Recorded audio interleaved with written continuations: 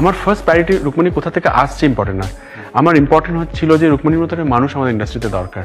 এরকম দেখতে একটি মেয়ে, লম্বা, অন্যভাবে কথা। রুকমিনিকে নিয়ে প্রশংসা করায় এবার রাজের ওপর রেগে গেল দেব। রাজ হঠাৎ একটি টক শোতে রুকমিনিকে নিয়ে অনেক কথা বলে, তবে কথা বলছে বললে ভুল হবে, সবগুলো কথার মাঝে রুকমিনির প্রশংসাই করেছে। রাজ বলেন রুকমিনি অনেক ট্যালেন্টেড একটি অভিনেত্রী, রুকমিনি কথা বলার ধরন, আচরণ অন্যদের থেকে একেবারে আলাদা, রুকমিনির সামনে আরও ভালো কিছু করতে পারবে। তবে শুধু এইটুকুই নয়, রুকমিনিকে আরও অনেক প্রশংসা করে রাজ। তবে রাজের মুখে রুকমিনির প্রশংসা শুনে এবার রেগে গেল দেব। দেব বলেন হঠাৎ তুমি আমার গার্লফ্রেন্ডকে নিয়ে এত কথা বলছো কেন, বুঝতে পারছি না। তো বন্ধুরা রাজকে এভাবে অপমান করে দেব কি ঠিক করেছে নাকি ভুল করেছে কমেন্টে জানাতে ভুলবেন না। আর ভিডিওটি ভালো লাগলে লাইক, কমেন্ট ও শেয়ার করে পাশে থাকবেন।